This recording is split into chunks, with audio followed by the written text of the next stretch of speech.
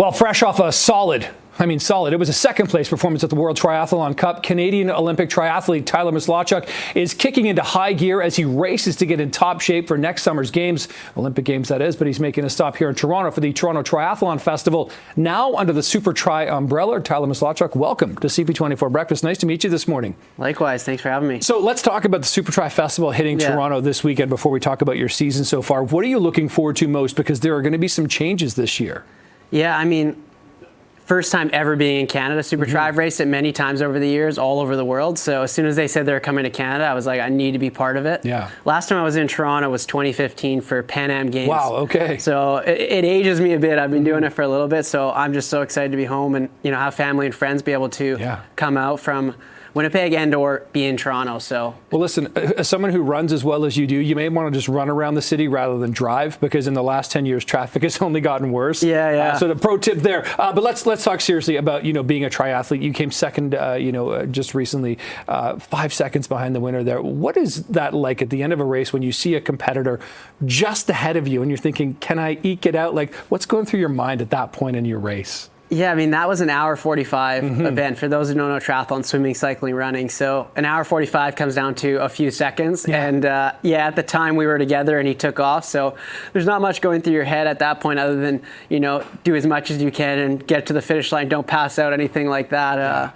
So similar vibes this weekend will be, it's trying to, the balance of get the most out of yourself, but make sure you get to the finish line just like everyone. Have you ever experienced that, not making the finish line? Have you sort of like overexerted yourself? Or Yeah, definitely. I think everyone's been there at one point in there, whether it's injury, sickness, or just messing it up a bit, and so that's part of the game. Exactly. What got you into triathlons in the first place? What were you good at one thing and thought, oh, I could jump on a bike and swim, or I could run and whatever? Like, how did you get into this initially? Yeah, I was cross training for hockey, classic Canadian kid, playing hockey from Winnipeg, cross training, and then got recruited into triathlon, and then I found kind of.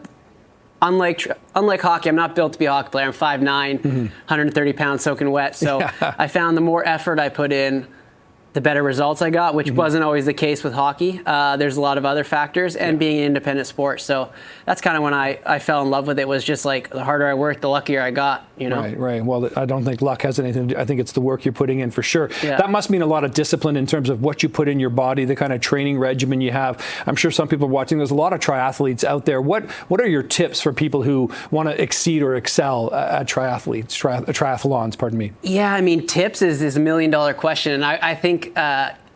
The number one tip would just be find friends that you want to do this with and get out there. I race Saturday, for those who want to know, 3 p.m.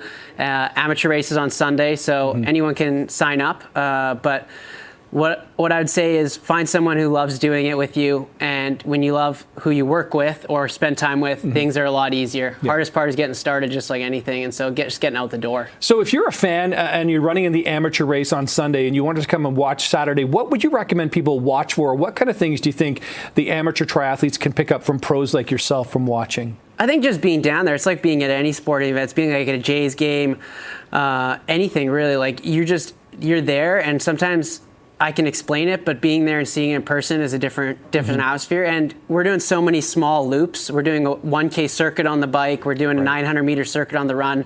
So it's cool that you don't get to, we don't just come and then we leave. We get to do all these loops, and so it's really interactive with the fans, which is what's cool about Super Tri. It's like, all in one location, good spectator. That is good, right? Because sometimes it's like, oh, well, you've seen them and that's kind of it. I'll see you in an hour. Yeah, exactly. That's pretty good. And it's going to be hot this weekend. How does that change the race or your mentality? Because like the humidity, the mugginess. Yeah, I'm from Winnipeg, so you would think I'm good and cold, but I'm terrible. So as hot as it can. The World Cup that I just came second in was in Morocco, and it was 34 degrees Celsius and not a cloud in the sky. So definitely suits me.